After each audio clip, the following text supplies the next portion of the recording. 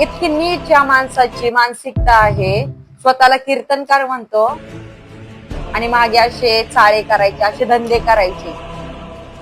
संतांनी काय शिकवलंय? लोकांमध्ये जे वाईट विचार आहे ते घालवण्यासाठी ते कीर्तन करायचे गावोगावी जाऊन. आणि हा कीर्तनकार काय करतोय? 5 वर्ष नाबालिक मुलीवर असे अत्याचार करतोय. म्हणजे काय म्हणायचं?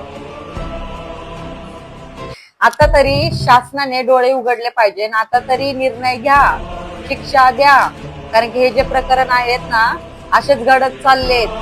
आपण महाराष्ट्रात राहतो, महाराजांच्या राज्यात राहतो, तरी असे चाळे होत आहेत. बाबासाहेबांचे जे विचार आहेत त्या विचारांवर चालणारे आपण लोक आहोत, तरी पण इतकी घाण नीच आपली मानसिकता होत चालली आहे. आता तरी स्त्रियांनी आवाज उठवला पाहिजे.